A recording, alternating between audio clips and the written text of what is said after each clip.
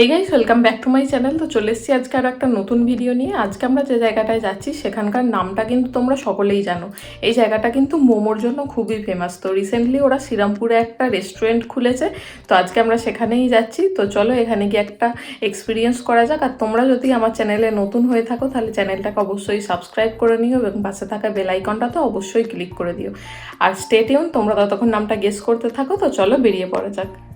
এছাড়াও lifestyle blogging নিয়ে আমার একটা সেকেন্ড চ্যানেল আছে, সেটা নিয়ে ইন্টারেস্টেড হয়ে থাকলে সেই চ্যানেলটা সাবস্ক্রাইব করে নিতে পারো। তোমরা চাইলে আমাকে আমার ফেসবুক এবং ইনস্টাগ্রামেতেও ফলো করে নিতে পারো। সমস্ত লিঙ্ক আমি ডেসক্রিপশন বক্সে দিয়ে দিয়েছি। আমরা যে জায়গায় চলে গিয়েছিলাম সেই জায়গাটার নাম হচ্ছে বান্টি মোমো, আর এই নামটার সাথে আশা করছি তোমরা বেশিরভাগ সবাই পরিচিত। এই বান্টি মোমোর জার্নি শুরু হয় ছোট্ট একটা স্টল থেকে, যেটা শ্রীরামপুর স্টেশনের কাছে বসতো।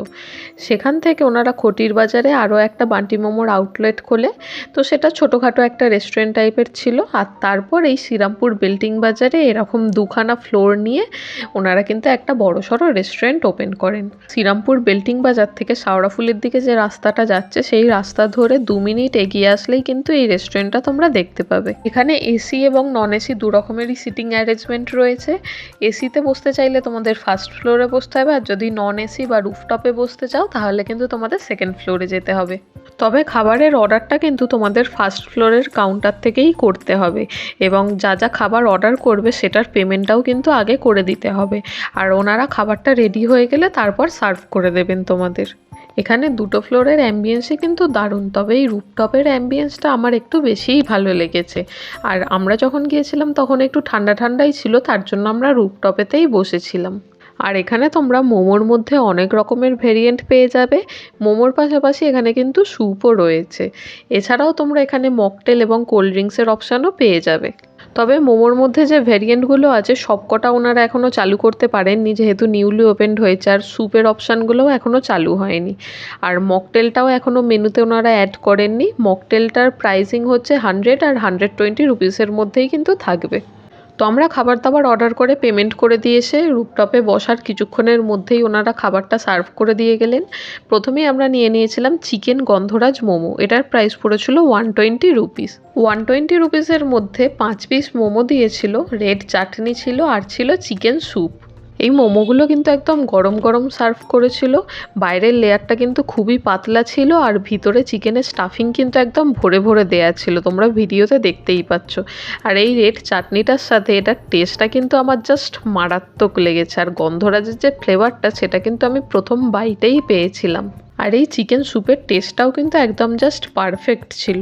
তারপর আমরা নিয়েছিলাম পনির গ্রেভি মোমো। এটার প্রাইস পড়েছিল 120 রুপিস। আর 120 রুপিসের মধ্যে এই মোমোটাও 5 পিসই দিয়েছিল, আর এর পাশাপাশি ছিল ভেজ স্যুপ।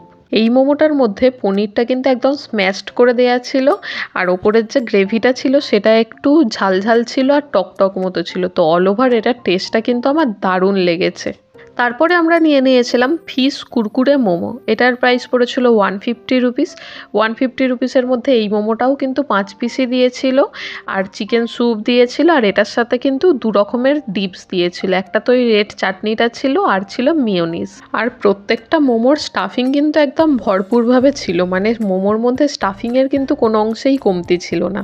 তো প্রথমে আমি এই মিওনিজটা দিয়ে ট্রাই করছি। মিওনিজটা দিয়েও এটার টেস্টটা কিন্তু বেশ ভালো মতন যাচ্ছে, আর এই রেড চাটনিটা দিয়ে একটু স্পাইসি মতো লাগছিল। তবে এই দুটো ডিপসের মধ্যে মিওনিজটা দিয়েই কিন্তু এই কুরকুরে মোমোটা বেশ ভালো মতন যাচ্ছিল। আর এই মোমোর নামটা যে কুরকুরে মোমো, মানে এটা কিন্তু সত্যিই খুব ক্রিস্পি ছিল, আর সেই কুরকুরে ব্যাপারটা ছিল। তো এই কুরকুরে মোমো নামটা কিন্তু একদম জাস্টিফাই করছে। তারপরে আমরা নিয়েছিলাম কর্ন চিজ ফ্রাই মোমো। এটার প্রাইস পড়েছিল 120 রুপিস। এটাও 5 পিস দিয়েছিল, ডিপস ছিল, আর ছিল ভেজ স্যুপ। এই মোমোটাও কিন্তু বেশ ক্রিস্পি ছিল, আর ভিতরে কর্ন আর চিজের কম্বিনেশন একটা স্টাফিং করেছিল।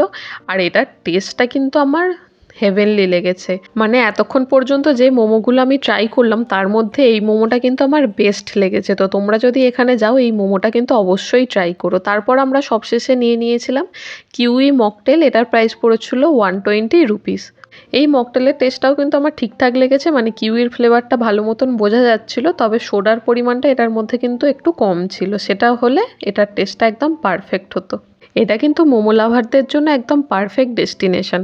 আর ওনাদের বাকি যে মেনুগুলো এখনও চালু হয়নি সেগুলোও কিন্তু ওনারা খুবই তাড়াতাড়ি চালু করবে। তো আমি বলবো তোমরা এখানে গিয়ে একটা এক্সপিরিয়েন্স করে আসতে পারো।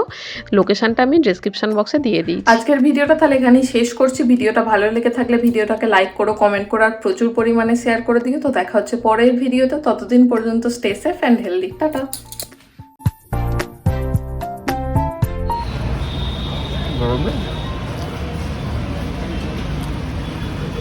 না বলে হ্যাঁ।